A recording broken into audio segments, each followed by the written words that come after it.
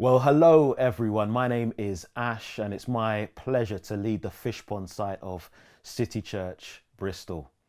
And I'd like to begin by making a confession to you, and that is that I believe jollof rice to be a thing of beauty. You see, jollof is sublime to the eyes, it is sumptuous to the taste buds, and it is satisfying to the belly. Now, I haven't conducted a scientific poll, a thorough scientific experiment, but my expectation is that the vast majority of people in the world who've ever tasted jollof have tended to come back and ask for a second portion.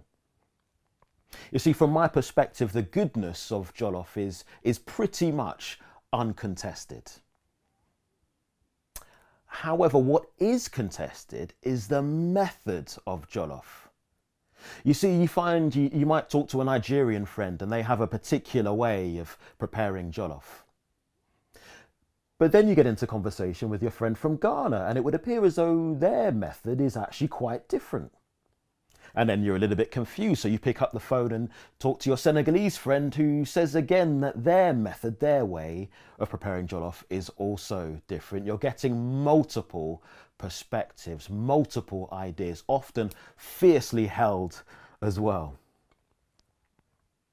Friends, there are a variety of perspectives on Jesus, on who he is and what he is about.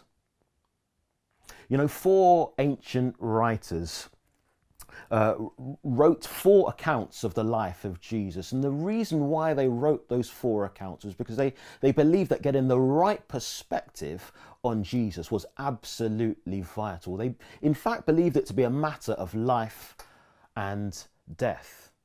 We must see Jesus rightly. We must have the right perspective. And one of those writers was a man called John Mark. He wrote an action-packed account of the life of Jesus. And over these weeks into the summer, we're going to be working through Mark's action-packed account of the life of Jesus. And today, this particular episode, we're going to be focusing in on the perspective of Jesus's friends, what they thought about him, how they saw him, how they understood him. So I'm going to read for us from Mark chapter 8 and verses 27 through to 38, which say this. And Jesus went on with his disciples to the villages of Caesarea Philippi. And on the way he asked his disciples, "Who do people say that I am?" And they told him, "John the Baptist, and others say Elijah, and others one of the prophets." And he asked them, "But who do you say that I am?" Peter answered him, "You are the Christ." And he strictly charged them to tell no one about him. And he began to teach them that the Son of Man must suffer many things and be rejected by the elders and the chief priests and the scribes and be killed, and after 3 days rise again. And he said this plainly. And Peter took him aside and began to rebuke him. But turning and seeing his disciples, he rebuked Peter and said, "Get behind me, Satan. For you are not setting your mind on the things of God, but on the things of man." And calling the crowd to him with his disciples, he said to them, "If anyone would come after me, let him deny himself and take up his cross and follow me. For whoever would save his life will lose it. But whoever loses his life for my sake and the gospel's will save it. For what does it profit a man to gain the whole world and forfeit his soul? For what can a man give in return for his soul? For whoever is ashamed of me and of my words in this adulterous and sinful generation, of him will the Son of Man also be ashamed when he comes in the glory of his Father with the holy angels." Friends, up until this point in the story, Jesus has demonstrated his authority. We saw it a few weeks ago when Ben preached for us on the interaction between Jesus and the demonized man. Jesus demonstrated his authority over evil spirits. Jesus demonstrated his authority over sickness. Jesus demonstrated his authority even over death. Jesus demonstrated his authority over the stuff of life. There's another story in this account of a time where Jesus fed more than 5,000 people with the equivalent of a few loaves of Hovis best of both and a few packs of bird's eye fish fingers. More than 5,000 people. Jesus demonstrated his authority over all things. And as Jesus travelled from town to town, preaching and teaching and healing and working miracles and signs and wonders, as he did this, he travelled with a team. They were called disciples or followers. They were friends of his. So Jesus' friends saw all of these things that he did. They saw his authority at work. And now they enter one of the villages surrounding a town called Caesarea Philippi, and Jesus asks a question. Jesus loves asking questions. He asks, "Who do people say I am?" And that kind of question wouldn't be out of place in the classic TV drama series, The West Wing, which I believe to be one of the best TV drama series ever created. And that series focuses in on a man called Jed Bartlett, President of the United States of America. It's about Bartlett and his team, his fantastic team that work with him. And regularly through that drama series, you find Bartlett and his team are wanting to find out, what do people think about him? What are people saying about him? It's a regular feature of the series. And the reason why the question is asked, because they want to consider, well, should he sign this particular treaty now? Or should he make a change to taxes? Or should he change the way that he communicates? It's all really about political strategy. Who do people say I am? Jesus asks the same question, but for different reasons.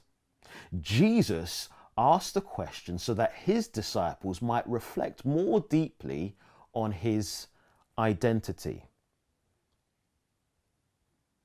Who do people say I am?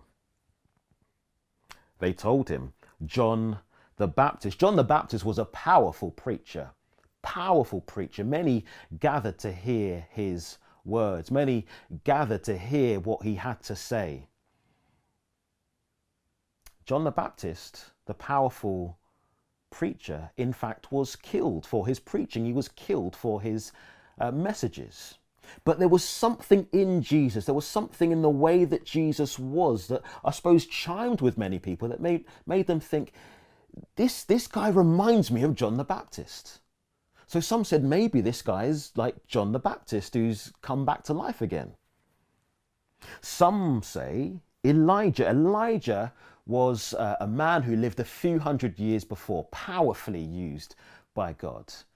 Worked some just amazing, extraordinary miracles. In fact, Elijah was, well, not quite unique, but one of only a handful of people in the Bible who we record that we don't get a recording of his death. Essentially, Elijah was swept up off into heaven by chariots of fire. And many Jewish people hoped and expected that one day Elijah, the great miracle worker, would return. And many thought that this Jesus might therefore be Elijah. John the Baptist, Elijah, one of the prophets. The prophets were those who spoke authoritatively on God's behalf. They spoke God's pure and undefiled message. Some say John the Baptist, some say Elijah, some say one of the prophets. It's entirely understandable why people would come to those conclusions. It's entirely understandable why people might have those perspectives on Jesus. You know, this time last year, I finished a master's in applied theology. It was a fantastic time. I really appreciated just the opportunity to be trained and developed in that way. But one of the big things I learned in the course of my master's was the importance of reading widely and reading deeply. Reading things from people who I might not necessarily agree with. And what I found as I went through the Masters was I'd pick up a certain book on a subject and I'd read it and I think, oh, they make some really good points there. I'm in full agreement with that. Then I'd pick up another book which maybe had a slightly different perspective. And I think to myself, oh, wow, they make a really strong case as well, but their perspective is different to the first person's. And then I'd pick up another book and it'd be another perspective, but they also make some really good points. And you find yourself interacting and engaging with loads of different perspectives, recognizing that there are pros and cons, there are strengths and weaknesses.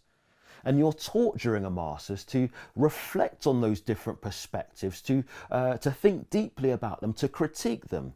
But here's the thing, is one of the things that one of our lecturers really helped us with. Chris Jack is a lecturer, a fantastic, wonderful, godly guy who led the master's program. And one of the things that he just kept on banging on about to us was he said that whenever you write an essay or a dissertation or a piece of work, yes, you want to read widely. Yes, you want to bring in different perspectives, but ultimately you need to come to your own conclusion. Ultimately, you need to nail your colours to the mast and say, this is what I think. And that was so helpful for us. The importance of nailing your colours to the mast.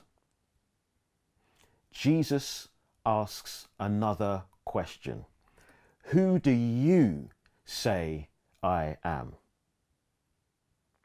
What's Peter's response? We read that Peter says, you are the Christ. Now, to Jewish ears of that time, they would have heard when Peter says, you are the Christ, really what they would have heard is, you are the promised perfect King. The promised perfect King. You know, literature abounds with stories about the promise of a perfect king who will establish a perfect kingdom. Wakanda, Gondor, Camelot, Narnia. The list, friends, is endless. We find within us, all of us, we find a deep desire and an eager expectation for a perfect king to arise. Regardless of culture, regardless of time period, I would say all people deep in their bones have this deep desire and eager expectation for a perfect king to arise and to make everything right. You know, the Bible tells us that God made everything good. It tells us that brokenness and death come into the world when humanity rebels and humanity turns away from God and does its own thing. And even in that moment, when the first humans turned away from God, the Bible uses a word, as a small word called sin. Even in that moment, when we first turned from God, when we first rebelled, when brokenness and death enter into the world, even in that moment, God preaches. God preaches to humanity and to the forces of evil. And in that moment, God promises something wonderful and glorious. God promises that one day a king will arise, and that king will fix everything that is broken. And ever since God preached that message, ever since God made that promise, all of humanity has been waiting. All of humanity has had that deep desire and eager expectation for a perfect king who will establish a perfect kingdom. Peter's declaration, you are the Christ, is essentially the declaration that you, Jesus, are the promised perfect king who we've been waiting for. You know, friends, Peter knew a long, like, Peter was well versed in his Jewish history. He'd have known his Jewish Bible. He would have been aware of the long line of judges and kings who failed miserably. Leaders who promised much but delivered little. Leaders who not only failed to lead others well, but failed to lead themselves well. So what's different about this one? What's unique about this particular person in front of him? You know, earlier I talked about four ancient writers, those four ancient writers who wrote four accounts of the life of Jesus. And one of those other writers writes about this interaction between Jesus and Peter and his disciples, and gives maybe a little bit more detail than John Mark does. And in that account, we find that Jesus explains to Peter that Peter didn't just deduce or work out the identity of Jesus by his hard work, by his cleverness, by his calculations. You know, Jesus was basically saying, Peter, you're not doing a Sherlock Holmes here or a Hercule Poirot, okay? It's not because you're particularly clever. Peter, what has happened here is God has done something miraculous. God has lifted the fog from in front of you. God has put glasses over your eyes so that you can see what has always been right in front of you. The promised perfect King. God has revealed something to Peter. Friends, who do you say he is? The promised perfect King we've looked at. Secondly, the wonderful way of the King. How does this King establish his kingdom? Well, let's look together at verse 31. What does it say? And he began to teach him that the Son of Man must suffer many things and be rejected by the elders and the chief priests and the scribes and be killed, and after 3 days rise again. I'd love for us for a few moments to think about this interaction. Think about it in terms of a soundtrack or a song, maybe. And if it were to be a soundtrack, we'd begin with Peter's declaration. Remember, you are the Christ. You are the promised perfect King.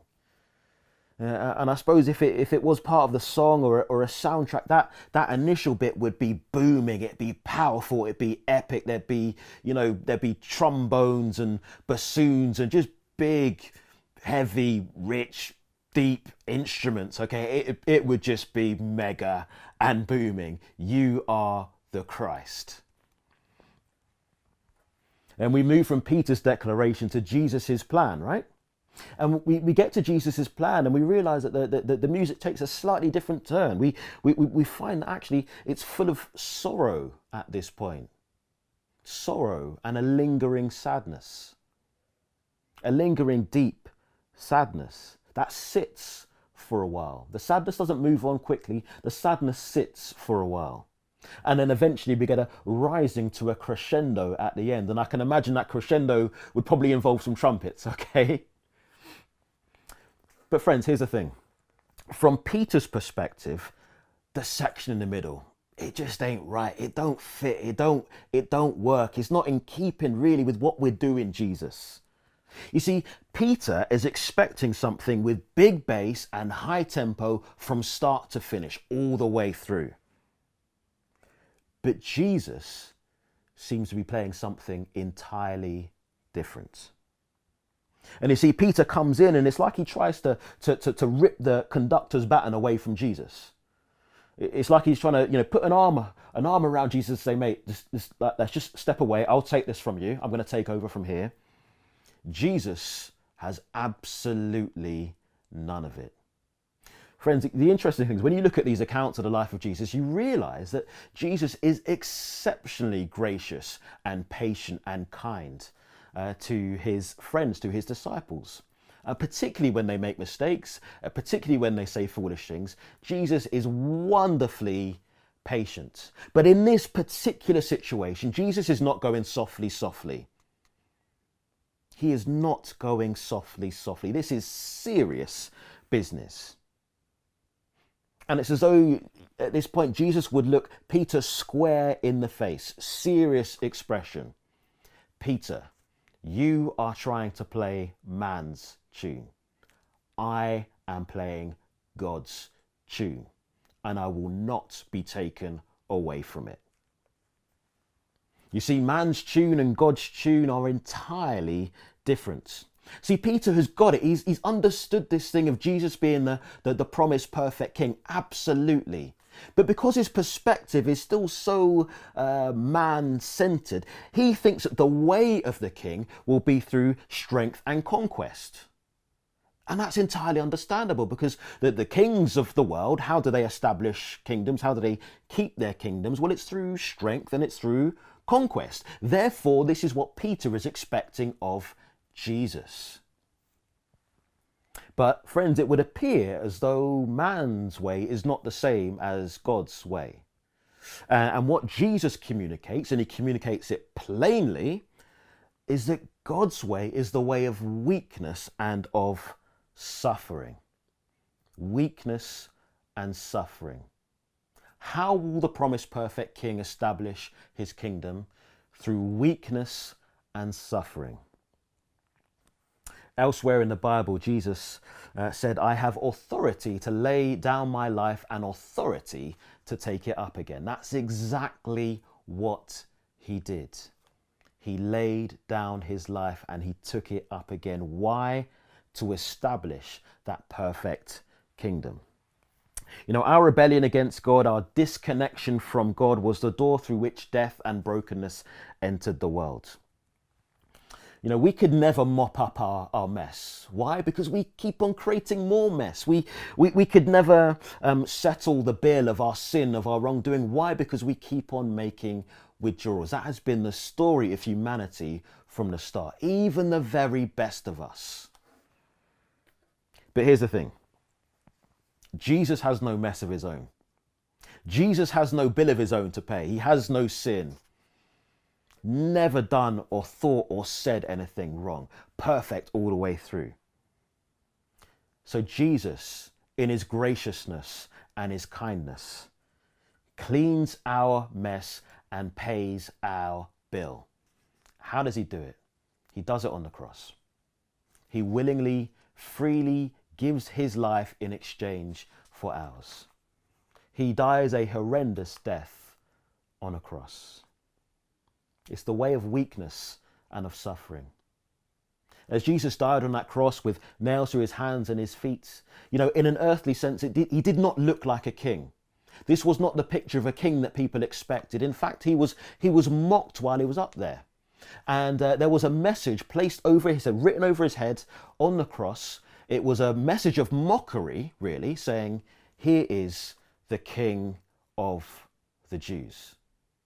As if to say, how pathetic is this guy who claims to be a king? This guy who is dying horrendously, who's experiencing shame for everyone around to see. The way of weakness and suffering. Friends, without suffering, without the sorrowful middle, the deeply sad middle to that tune, there would be no triumphant crescendo. There would be no crowning. There would be no coronation. And friends, I want to say it is a glorious tune. It is a beautiful and glorious tune. Heaven rejoices at that tune. Heaven rejoices at that story told and retold about the perfect King Jesus, eternal God who takes on flesh, becomes like one of us, lives perfectly among us, gives his life freely and willingly on our behalf, suffers and dies, is dead for 3 days and rises again victorious over death, ascends to the right hand of the Majesty in heaven and will one day return and make all things right. Heaven rejoices over that tune. Evil spirits flee from that tune. People are transformed by that tune. It is a beautiful tune.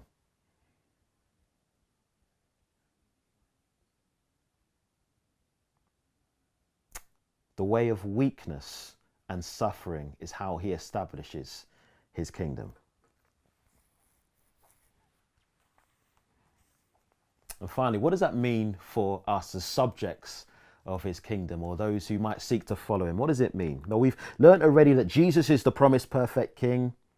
We've learned that Jesus' path includes suffering and death.